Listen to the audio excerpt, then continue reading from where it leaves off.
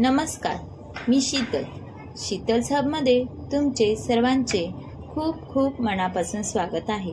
श्रावण महिना चालू झाला आहे आणि श्रावण महिन्यापासून आपले सण चालू होतात।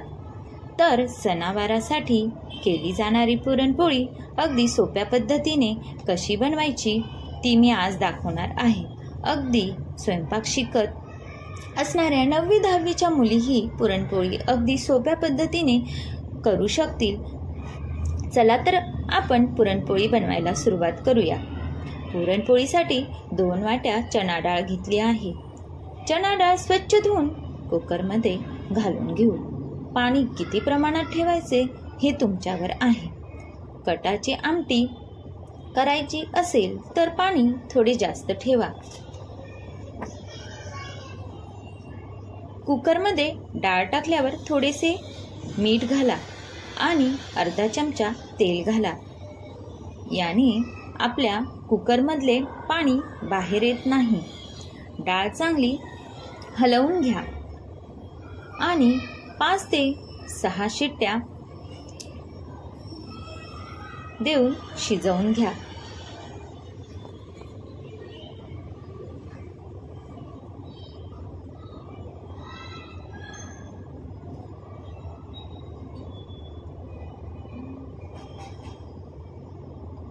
तोपर्यंत आपण कणिक भिजवून घेऊ।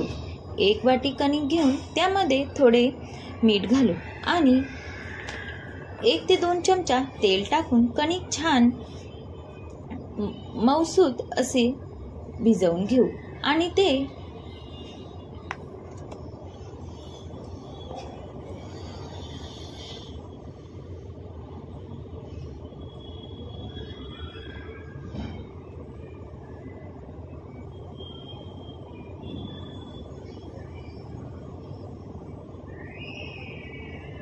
पुरणपोळीसाठी कणिक हे मऊसूत भिजवल्याने पुरणपोळी छान मऊ लुसलुशीत होते।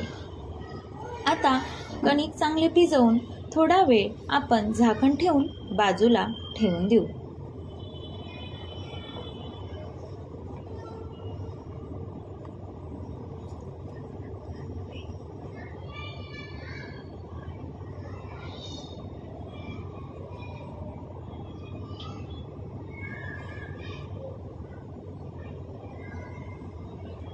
त्यानंतर आपली डाळ शिजली आहे का चेक करू।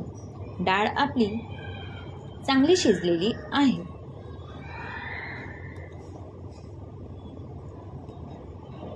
आता आपण डाळ चाळणीत ओतून घेऊया। हे जे डाळीचे पाणी असते त्याची आपण कटाची आमटी बनवू शकतो। आता पुरण करण्यासाठी जेवढी आपण डाळ घेतली आहे तेवढ्याच प्रमाणात गूळ घ्यायचा आहे। इथे मी 2 वाटी डाळीला 2 वाटी गूळ घेतला आहे। आता आपण पुरण शिजवून घेऊ। पुरण शिजले का नाही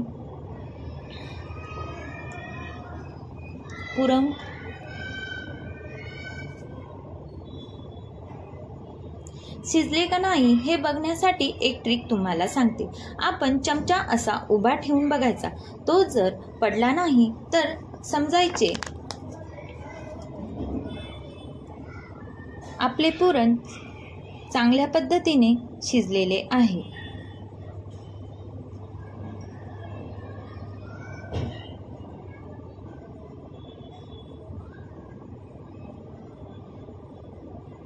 त्यामध्ये आपण थोडी वेलची पूड घालूया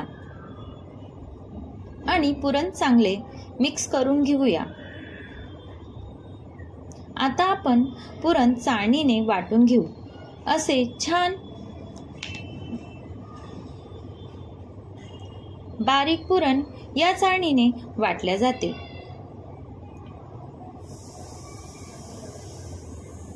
पुरण गरम असल्याने आपण ते 1 वाटी घेऊन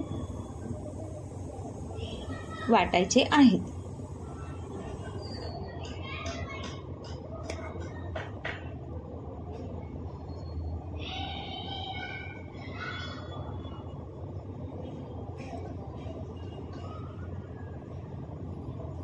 बघा तर किती छान बारीक पुरण वाटल्या जात आहे।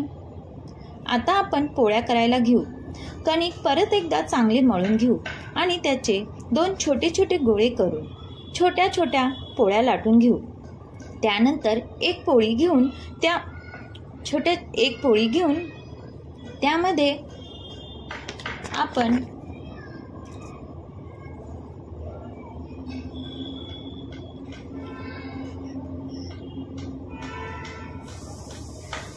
पुरण भरून घेऊ.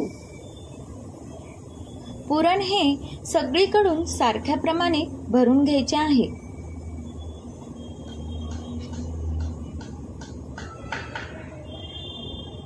दुसरी पोळी त्यावर ठेवून घेऊ आणि व्यवस्थित तिच्या कडा आपण दाबून घेऊ, जेणेकरून पुरण बाहेर येणार नाही. आणि ती व्यवस्थित दोन्ही हाताने दाबून घेऊन खाली पोळपाटावर थोडेसे पीठ घालून आपण पोळी हलक्या हाताने लाटून घेऊ. अशा पद्धतीने जर आपण पोळी बनवली तर ती लाटतानाही फुटत नाही.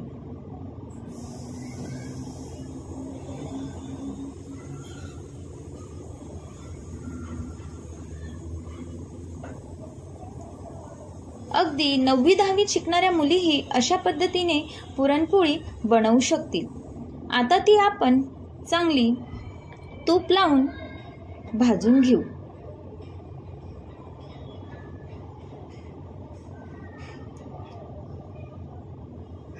पोळी एक साईडने थोडी भाजल्यानंतर ती आपल्याला उलटी करून घ्यायची आहे. त्याच्यानंतर पोळीला सगळीकडून तूप लावायचे आहे आणि दुसरी बाजू खरपूस भाजेपर्यंत आपल्याला ती भाजायची आहे. त्याच्यानंतर पोळी उलटी करायची आहे व त्यावर दुसऱ्या साईडनेही तूप चांगल्या पद्धतीने लावून घ्यायचे आहे.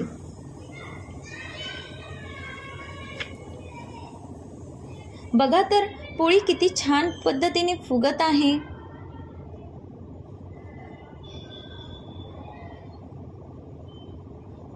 अशीच आपण अजून एक पोळी लाटून घेऊया.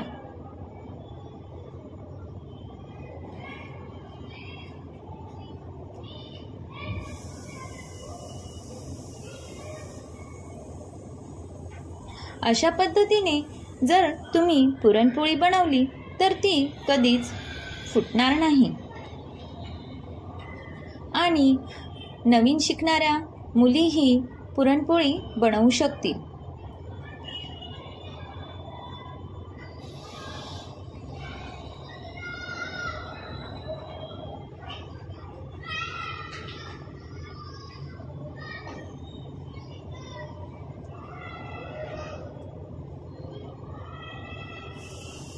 आपली दुसरी ही पुरणपोळी आता तयार होत आहे. बघा तर पोळी कशी टम्म फुगत आहे.